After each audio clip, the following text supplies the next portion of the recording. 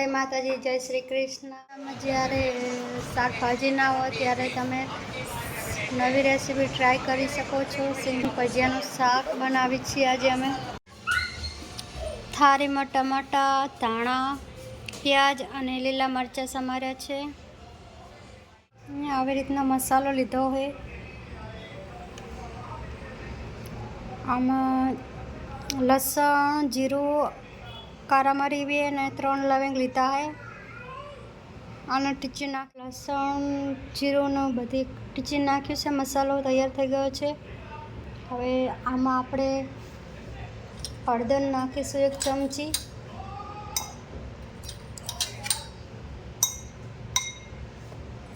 એક ચમચી ગરમ મસાલો,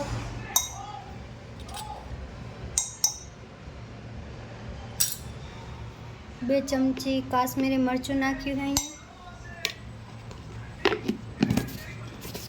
હવે આને પલાળી નાખવાનું પાણીમાં. અહીં કઢીમાં 3 પરી ભરીને તેલ લીધું છે. કઢાઈ તેલ નાખીને ગેસ ઉપર ચડાવી દીધી છે.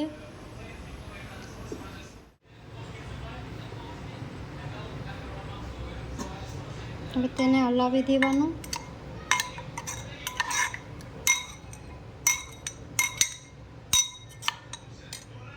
તેલ આવી જાય એટલે અંદર રાઈ નાખવાની છે.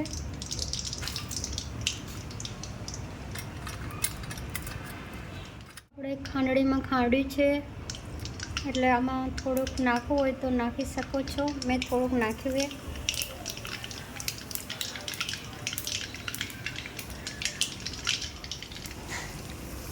આમાં ટમાટા નાખ્યા છે. એક નાનું સાઈઝનું ટમાટું નાખ્યું છે.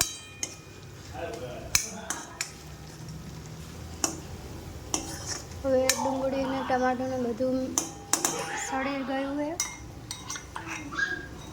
ડુંગળી ટમાટું સળી ગયું છે એટલે હવે એમાં પલાળેલું મરચું ને એવું બધું આપણે નાખી દઈશું.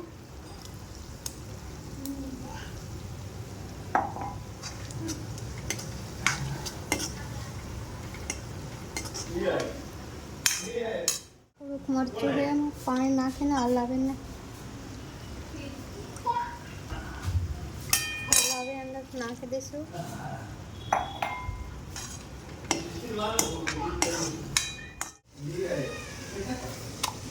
સિંગ ભજીયાને આવી રીતે ખાંડી લેવાના. બહુ નાના પણ નહીં પાકવાના, સહેજ મોટા રાખવાના. આવી જ રીતે સિંગ ભજીયા ખાંડી નાખવાના. સહેજ મોટા રાખવાના, સહેજ ભાગી રાખવાના.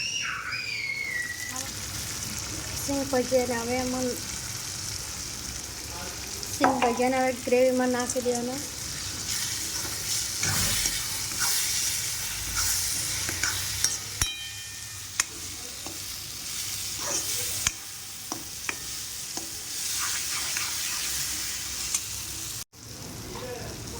થોડુંક પાણી નાખવાનું.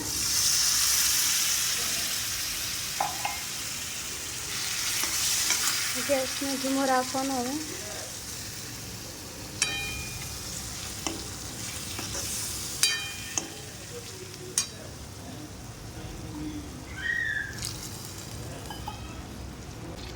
સ્વાદ અનુસાર મીઠું.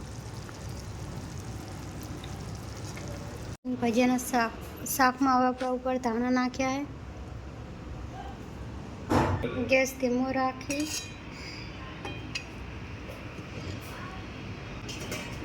ડીશ નાખી દેવાની. હવે આપણે એને સડવા દઈશું. શાકને વચ્ચે શાકને આવી રીતે હલાવતું રહેવાનું. જોઈ લેવાનું કે નીચે ચોટે છે. ચોટતું તો નથી ને. એવું લાગે કે સિંગ હજુ સડી નથી તો તમે થાળી ટાંકીને ઉપર થાળીમાં પાણી પણ નાખી શકો. અહીંયા થોડુંક પાણી આવી રીતે નાખી દેવાનું.